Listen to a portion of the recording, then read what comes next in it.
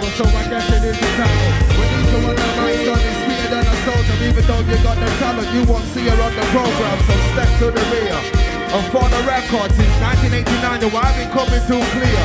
Microphone DJ when still representing Crispy, the Daddy remix. Listen, Barrow, are you with me? That song on the radio, I can hear you say, hey, here's the daddy. For real.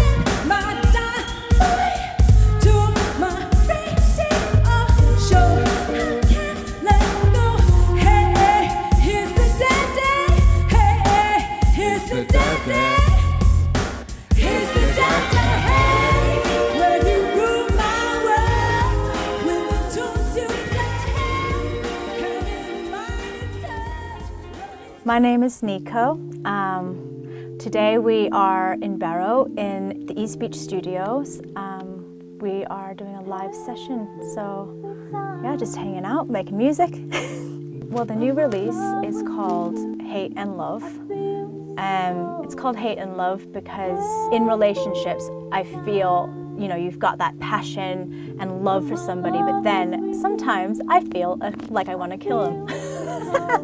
A lot of people have said, like, wow, there's just a big range. But the thing is, you know, as an artist, I don't sort of try and write a song that I think is going to appeal and then try and copy that song all across the album. I listen to so much music, you know, from, you know, dance music to hip hop to jazz to soul music and everything in between, really. So I have that in me. So I just sort of write from a really organic place, and if whatever comes out and whatever I think is a good song, I just go with it.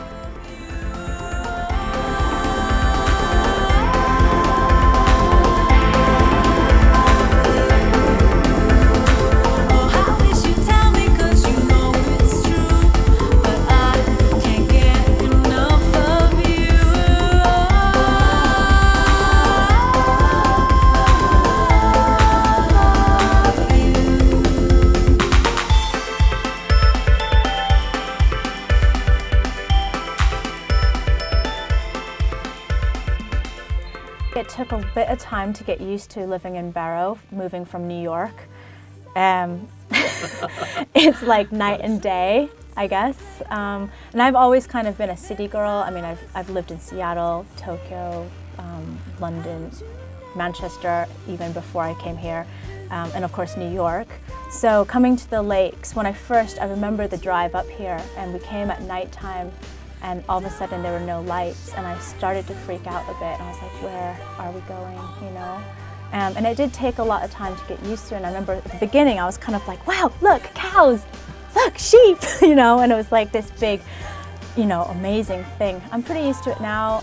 I'm not constantly checking to see what so-and-so is doing, or, you know, what's the newest, you know, latest trend in music, and, you know, what's hot right now. I really couldn't care less, you know, and that's why I feel like this record is really authentic, because I kind of went inside to make the music, and it wasn't so much like, ooh, I want to copy them, or I went and saw a great gig in whatever, and that's what's hot, that's what's selling. I mean, I really don't watch TV, so, you know, the music is really genuine, and it's really the sounds that I hear coming out in a sort of, I think, a real sort of way. A lot of my songs, I write them from a very personal perspective, and a lot of times you get the urge to write something when you're steaming, you know, and you just really want to pack up and go. So a lot of the songs kind of come from that, but then you also have the moments where you're just like, oh my God, I just love this person, and you just start writing this song as well. So I kind of started to see, as I was writing this album, that there was kind of two distinct categories of songs. And it kind of bounced back and forth. So I was like, okay, well, there you go. It's hate and love, you know.